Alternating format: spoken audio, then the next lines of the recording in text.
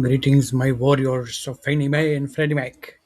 So, today, Trump said, and openly, it was not like kind of slowly or something like that Fannie Mae and Freddie Mac are worth $1 trillion. And that is reality. And that's why what I will try to explain you in this video. And so we have like $1 trillion. It sounds good. Let's see what he said. Because, I don't think he'd want to be permanent. Well, he's very smart. He's a person who's got high integrity. He's done a phenomenal job at Fannie Mae, Freddie Mac. You probably have $1 trillion in value there. When he took over, it was much less. And I guess I'm responsible for that too, because everybody wanted me to sell it in my first term for 10% of what it's worth right now. If I would have sold it, we would have lost $900 billion. We would have lost, think of it, it's probably worth $1 trillion. And I was offered, people want me to sell it at $100 billion, a very small percentage of what it's worth now. So, and he built it up a lot, did a great job. And it's an acting position. It's not a permanent. He's not going to. Okay, so Trump said $1 trillion. Let's see why that is a reality, that it goes from $6 up to, by my calculation, $500 per share. So stay with me. This is how it goes. If the market capitalization of the company is $1 trillion and company has 2 billion shares, so you divide 1 trillion with 2 billion, and 1 trillion is 1000 billion, divide with 2 billion shares is equal $500 per share. That is number one. That is in case that warrants are not executed and there is no that warrants are voided. In case that warrants are not voided, we again have like 1 trillion, that is 1000 billion, divide with 10 billion shares, because when the warrants are executed, we'll have like 10 billion shares. In that case, price per share should be $100. That is reality. If the value of the company is 1 trillion, 10 billion shares, price per share is $100. But why 1 trillion? And is that realistic for the company? So let's have in mind how much money Fannie Mae and Freddie make together. I'm talking about both companies together. So both companies officially make $30 billion per year. 30 billion. But that money is after Fannie Mae and Freddie Mac paid $20 billion for senior preferred share dividends.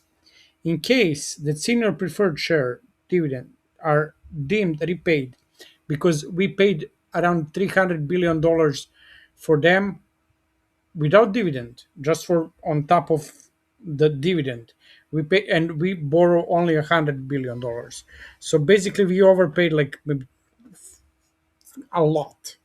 Even with the interest, with everything, we paid more than we are supposed to pay, and it is in the billions of dollars we paid more. So in case the debt is voided, as it should be, and everything, like all of that is accounted, but not proceeds. How to say?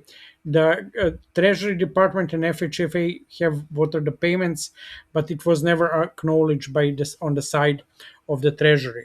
So when they acknowledge, when they clean them up, the company will make $50 billion per year, every year. Our company will have that. Just in case that to return, that is like profit of $5 per share. Wait, $50 billion, 10 billion shares. Yes, $5 per share every year is the pure profit.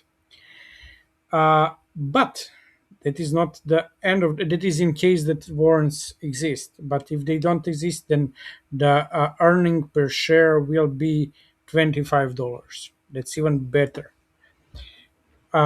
every year. So in case that company is making $50 billion and P/E ratio is 20, what is a realistic P/E ratio? Not too much, not too easy. That is 1,000. That is $1 trillion. So with P/E ratio of 20 and current average P/E ratio in of the U.S. stock market is around, I think 22 is I remember. So let's say that it is evaluated as a regular company, is nothing special. The value of that company is $1 trillion, and your share that you own is worth either 100 or $500 per share. So I think that we are in an extremely good position. Trump mentioned it, so it is like a moment of time that will be released. So, and the message for those who are shorting, okay, you made the money, what you made the money. It's fine. You made it. You can go home. Or if you stay, it is the question, will you be able to pull out the money on time? And if you think that you can manipulate the price, you can manipulate when we have low volume. And you saw whenever we have big volume what will be happen. When we are uplisted in New York Stock Exchange, you have no chance. So if I'm the short seller who has the capability to manipulate the price, I would think deeply what to do. And for those who are like who still owns unluckily junior preferred shares and they know the story, it is a good, at least, like these are the last moment when they can actually really do something. Because um, let me remind you